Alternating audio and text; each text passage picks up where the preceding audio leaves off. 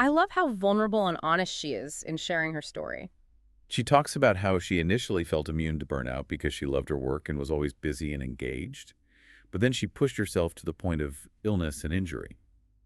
It's a stark reminder that burnout can sneak up on anyone, even those who are passionate about what they do. Absolutely. And I think her story highlights the critical role of self-awareness. She was so caught up in the momentum of her career that she didn't recognize the warning signs until it was too late. And that's why it's so important to have a clear understanding of what burnout is and what it looks like. So how does the book define burnout? They break it down into three main categories: exhaustion, cynicism, and ineffectiveness. So it's not just about feeling tired. It's about feeling disillusioned and disconnected from your work. Exactly. And they even include a burnout profile assessment in the book to help you pinpoint which areas you're struggling with most. It's a great tool for self-reflection. Okay. So once you understand the different dimensions of burnout, what are some of the strategies they offer for combating it? Well, one of the first things they emphasize is the importance of living at 80%. What does that mean? It's about prioritizing rest and recovery instead of constantly pushing yourself to 100%. It's a shift in mindset from "I can do it all" to "I can do enough." That's a tough one for me. I'm such a perfectionist. I always want to go above and beyond. I hear you. But it's important to recognize that rest and recovery are not signs of weakness. They're essential for our well-being and ultimately our productivity. So it's about giving ourselves permission to not be perfect, to not be constantly on. Right, and recognizing that we have limited time and energy. We can't pour ourselves into everything without eventually burning out. They also talk about the importance of saying no more often, setting boundaries, Yeah. and prioritizing what truly matters. It's about acknowledging that we can't do it all, and that's okay. Saying no to some things allows us to say yes to the things that truly align with our values and bring us joy. Another strategy they highlight is the importance of building connections, finding supportive relationships both at work and outside of work. Social connection is a powerful buffer against burnout. It provides a sense of belonging and support, which can make a world of difference when we're feeling overwhelmed and depleted. And then there's the idea of realigning with your values, regularly reflecting on whether your life is in sync with what you truly care about. This is about making sure your actions are aligned with your core beliefs. If there's a disconnect, it can lead to a sense of meaninglessness and contribute to burnout. It's like checking in with yourself and asking, am I living a life that feels authentic to me? Exactly. And another crucial piece of the burnout puzzle is detaching your worth from your work. It's recognizing that your value as a person isn't solely determined by your job title or accomplishments. So important, especially in our culture that often equates worth with productivity. It's about remembering that you are inherently valuable simply for being you, regardless of what you achieve or produce. And to support that detachment from work, the book encourages embracing garbage time, allowing yourself unstructured downtime to recharge and let your mind wander. It might feel unproductive, but it's actually essential for creativity and mental well-being. It's giving yourself permission to relax and do absolutely nothing, to just be. Exactly. Now, ready to tackle another big feeling. This one might resonate with a lot of our listeners: perfectionism. Oh, perfectionism. That's a tricky one. I definitely struggle with that sometimes. Yeah, it's a sneaky one because it often disguises itself as something positive, like striving for excellence. Right. But the book does a great job of debunking the myth that perfectionism is simply about being organized or getting things done. They explain that it's actually driven by much deeper fears: a fear of failure, a fear of not being good enough, a fear of judgment. And ironically, those fears often lead to procrastination and paralysis, which can actually hinder our success. It's like we're so afraid of messing up Hmm. that we end up not doing anything at all. Liz shares a really relatable story in the book about feeling the need to be perfect for her husband. She was so anxious about him seeing her apartment in a state of disarray that she almost pushed him away. It's a perfect example of how perfectionism can show up in our relationships and create unnecessary stress. So, how do we break free from the perfectionism trap? The book offers some really helpful strategies. Like what? One that stood out to me was untangling self-narratives, examining where those perfectionistic beliefs come from, and challenging their validity. It's about asking ourselves those tough questions. Like, where did I learn to set this impossible standard for myself? What is my perfectionism trying to protect me from? It's about gaining a deeper understanding of the root causes of our perfectionism. Another helpful tip they suggest is to set approach goals instead of avoidance goals, focusing on what we want to achieve rather than what we want to avoid. It's a subtle but powerful shift in perspective. Instead of being driven by fear, We're motivated by desire to create something positive. They also talk about the importance of practicing self-compassion, treating ourselves with kindness and understanding, even when we make mistakes. Self-compassion is such a powerful antidote to perfectionism, isn't it? It's about recognizing that we're all human, we all make mistakes, and that's okay. They even suggest getting rid of those all or nothing words like always and never from our vocabulary. Because those words often reflect a black and white thinking pattern that can fuel perfectionism. It's about embracing the gray areas of life and recognizing that perfection is an illusion. And speaking of illusions, they also encourage finding imperfect role models, recognizing that everyone makes mistakes and that our flaws are often what make us interesting. It's about normalizing imperfection and letting go of the idea that we have to be flawless to be worthy. Now, we've covered a lot of ground today exploring uncertainty, comparison, anger burnout, and perfectionism. Are you ready to dive into a topic that can feel a bit heavier? Despair. It's a sensitive subject for sure, but it's so important to talk about. And I think it's really brave of the authors to tackle this subject head on. And they do it with such sensitivity and compassion.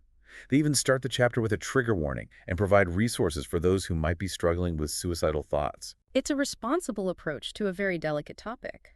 They don't shy away from the seriousness of despair, but they also offer hope and support. Mollie actually shares her own incredibly powerful story of struggling with suicidal thoughts. It's a really vulnerable and honest account of what it feels like to be in that dark place. Her story is such a testament to the importance of talking about mental health, having those open and honest conversations. She talks about how reaching out to her husband, her therapist, and her friends helped her through that incredibly difficult period. It's a reminder that we don't have to suffer in silence. And something that really struck me was how she emphasizes that it could happen to anyone, even those who seem to have it all. It's so easy to look at someone's life from the outside and think they have everything figured out, but we never really know what's going on beneath the surface. Absolutely. And they also debunk the myth that your life has to be objectively bad to experience despair. It's not about comparing our suffering. It's a reminder that mental health struggles don't discriminate. We all have our own unique challenges and vulnerabilities, and sometimes those struggles can feel incredibly isolating. Exactly. And if you're struggling with despair, it's so important to reach out for professional help. Therapy, medication, and support groups can be invaluable resources. The book also talks about grief as a form of despair, offering comfort and validation to those who might be experiencing loss. They talk about the cyclical nature of grief and the importance of allowing yourself to feel the full range of emotions. And they even share an expanded model of grief that includes 6 stages, adding meaning-making to the traditional 5 stages. Ah, that's interesting. Tell me more about that. So it's not just about denial, anger, bargaining, depression, and acceptance. It's also about finding meaning in the loss, which can be a really powerful part of the healing process. I love that. It's about recognizing that even in the midst of grief, there can be growth and transformation. Absolutely. And they emphasize the importance of finding sources of meaning and connection outside of work, whether that's through hobbies, relationships, spirituality, anything that brings you joy and purpose. Yeah. Mollie talks about finding solace in her faith, her community, and her creative pursuits. It's a great reminder that we all have unique sources of strength and resilience. So, we've explored some pretty heavy emotions today. Uncertainty, comparison, anger, burnout, perfectionism, and despair. Ready to wrap things up with a look at regret. Regret is definitely a universal human experience. It's something we often try to avoid, but the book actually reframes regret as a potential teacher. I like that. Instead of viewing regret as something to be ashamed of, we can see it as an opportunity for growth and learning. Liz shares this really poignant story in the book about regretting not going to Germany with her mom after her grandmother passed away. Oh, wow. That's a tough one. She was so focused on work that she missed out on that precious time with her family. And it's a powerful reminder that sometimes we need to re-examine our priorities and make sure they align with what truly matters. It's so easy to get caught up in the hustle and bustle of daily life Yeah. that we lose sight of what's truly important. Exactly. The book also debunks the myth that if you just follow your passion, you'll never feel regret. I think a lot of people believe that if you're doing what you love, you'll have no regrets. But the authors argue that even when we create a life we love, there will still be moments of doubt and those what-if questions swirling in our minds. Because there's no one right path. And we're constantly evolving and growing. Exactly. And they introduce this really interesting concept of the 3 selves: the actual self, the ideal self, and the ought self. Okay, Break that down for me. So the actual self is who we are right now. The ideal self is who we aspire to be. And the ought self is who we think we should be based on societal expectations or family pressures. I see. And each of these selves can experience different types of regret. Exactly. The actual self might regret not taking a risk, while the ought self might regret not following a more conventional path. It's a reminder that we're complex beings with multifaceted desires and aspirations. So there's no single path that guarantees a regret-free life. And then they talk about the status quo bias, that tendency we have to stick with what's familiar.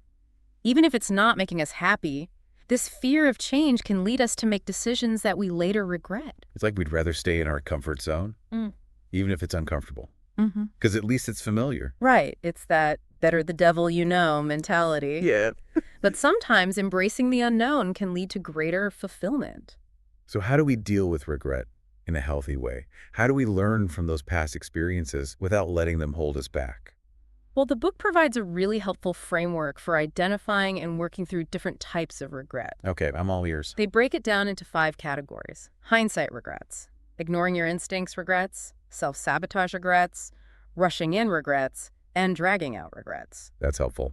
So we can start by figuring out which category our regret falls into. Exactly, because each category requires a slightly different approach. So, like for hindsight regrets, those I wish I had known then what I know now moments, what's the best way to handle those? For those, it's often best to simply distract yourself and focus on the present. Dwelling on the past won't change anything, but we can learn from those experiences and make different choices moving forward. And what about those ignoring your instincts regrets? Those times when you had a gut feeling but didn't listen to it? For those, the book encourages us to trust our intuition and learn to advocate for ourselves. It's about recognizing that your inner voice often knows what's best for you. And for self-sabotage regrets, those times when we make a decision that we know isn't good for us.